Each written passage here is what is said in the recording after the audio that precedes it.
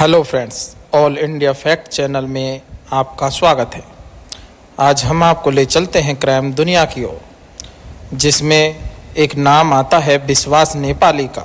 जी हाँ, लूट, हत्या और रंगदारी के 30 से ज़्यादा मामलों में नामजद विश्वास नेपाली का अपराध ग्राफ लगातार बढ़ता जा रहा था।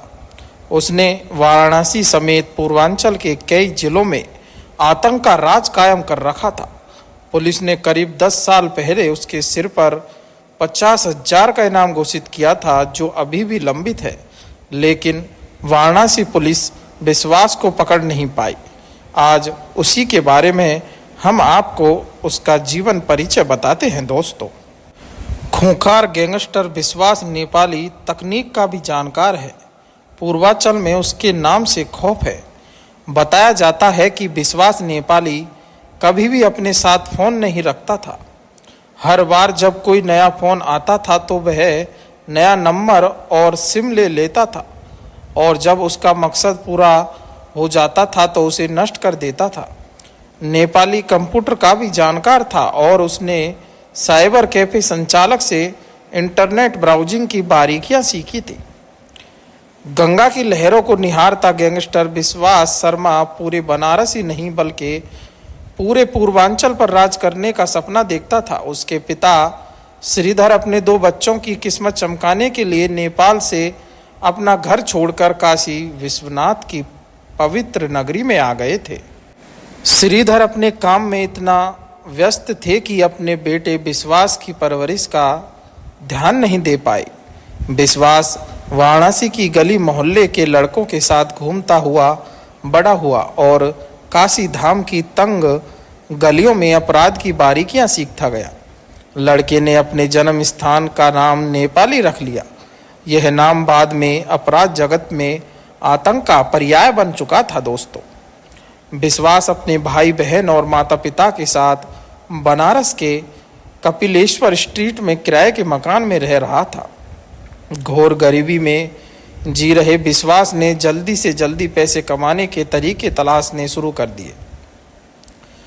अपराध की दुनिया में कदम रखना ही जल्दी से जल्दी पैसे कमाने का एकमात्र तरीका था। दोस्तों, धन कमाने का लालच इतना तीव्र था कि विश्वास को अब पैसे कमाने की जल्दी थी। वह गंगा घाट पर बैठकर गांजा पीते हुए हर रोज योजना बनाता था। उसने रंगदारी के धंधे में कदम रखा और उसका पहला निशाना अनाज व्यापारी बना। जब विश्वास ने व्यापारी पर पैसे देने का दबाव बनाया तो व्यापारी ने विश्वास के कहने पर भोलूपुर थाने में उसके खिलाफ मुकदमा दर्ज करा दिया। विश्वास के खिलाफ पहला मुकदमा 2001 में दर्ज हुआ था।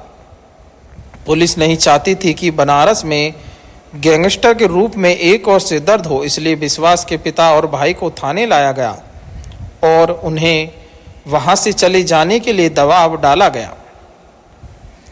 विश्वास के पिता तो 7 दिनों तक पुलिस लॉकअप में रखा गया, जिसके कारण उन्हें बनारस छोड़ना पड़ा। काशी और अपने बेटे से नाता तोड़कर पिता श्रीधर वापस नेपाल चले गए। धमकी से जलते हुए विश्वास नेपाली ने दाल व्यापारी की दिन दहाड़े हत्या कर दी। अपने दामन पर लगे पहले खून के निशान के साथ ही विश्वेश्वरगंज के व्यापारी ने विश्वास नेपाली को गंभीरता से लेना शुरू कर दिया। अब मोहल्ले की दीवारें पोस्टर से पट गई थी, जिन पर चेतावनी थी कि अगर जान प्यारी है तो पैसे दो, वरना गोली खाने के लिए तैयार रहो। ये पोस्टर नेपाली ने खुद छपवाए थे और मोहल्ले की हर दीवार पर चिपका दिए थे। इसी बीच पूर्वांचल के डॉन मुन्ना बजरंगी की नज़र विश्वास नेपाली पर पड़ गई। मुन्ना बजरंगी गिरोह में शामिल होते ही विश्वास का अपराध ग्राफ तेजी से ऊपर उठा। विश्वास नेपाली मुन्ना बजरंगी का दाहिना हाथ बन गया और बजरंगी के लिए अपराध की रणनीति और भागने के रास्ते तय करने लगा। बताया जाता है कि दोस्तों, विश्वास नेपाली कभी भी अपने साथ फ़ोन नहीं रखता था। हर बार जब कोई नई फिरौती की कॉल आती थी तो वह नया नंबर और सिम ले लेता था और मकसद पूरा होने पर उसे नष्ट कर देता था। नेपाली कंप्यूटर का भी जानकार था और उसने साइबर कैफे संचालक से इंटरनेट ब्राउजिंग की बारीकियां सीखी थी। उसने अपने गुर्गे ऋषि पंडित उर्फ अर्जुन पंडित को भी इंटरनेट का इस्तेमाल करना सिखाया था। वर्ष 2012 में जब ऋषि पंडित को वाराणसी पुलिस ने गिरफ्तार किया था तो उसने कबूल किया था कि विश्वास कभी अपने पास मोबाइल नहीं रखता था। जब भी वह अपराध की योजना बनाता था तो मेल के ड्राफ्ट में लिखकर छोड़ देता था और वह ड्राफ्ट में ही उसे खोलकर पढ़ लेता था। विश्वास नेपाली का यह तरीका उसे पुलिस को चकमा देने में हमेशा मदद करता था। विश्वास अब वाराणसी नहीं बल्कि पूर्वांचल में भी अपराध की दुनिया का बड़ा नाम बन चुका था। अब पुलिस उसके सिर पर 50,000 का इनाम घोषित कर दिया था, जो कि मुन्ना बजरंगी का दाहिना हाथ भी बन गया था। विश्वास नेपाली पर अब तक हत्या, लूट और रंगदारी के करीब 17 मामले दर्ज थे, लेकिन विश्वास ने मुन्ना बजरंगी से दुश्मनी मोल ले ली, जिसने उसे अपराध की दुनिया के गुर सिखाए थे। मुन्ना बजरंगी उसका दुश्मन बन गया। विश्वास ने मुन्ना बजरंगी के एक करीबी गन्ना व्यापारी की हत्या कर दी। नाराज मुन्ना बजरंगी ने विश्वास को गैंग से निकाल दिया। उसके बाद विश्वास ने ID 21 से अपना गैंग बनाया और पूर्वांचल के कुख्यात अपराधियों को गैंग में शामिल कर लिया।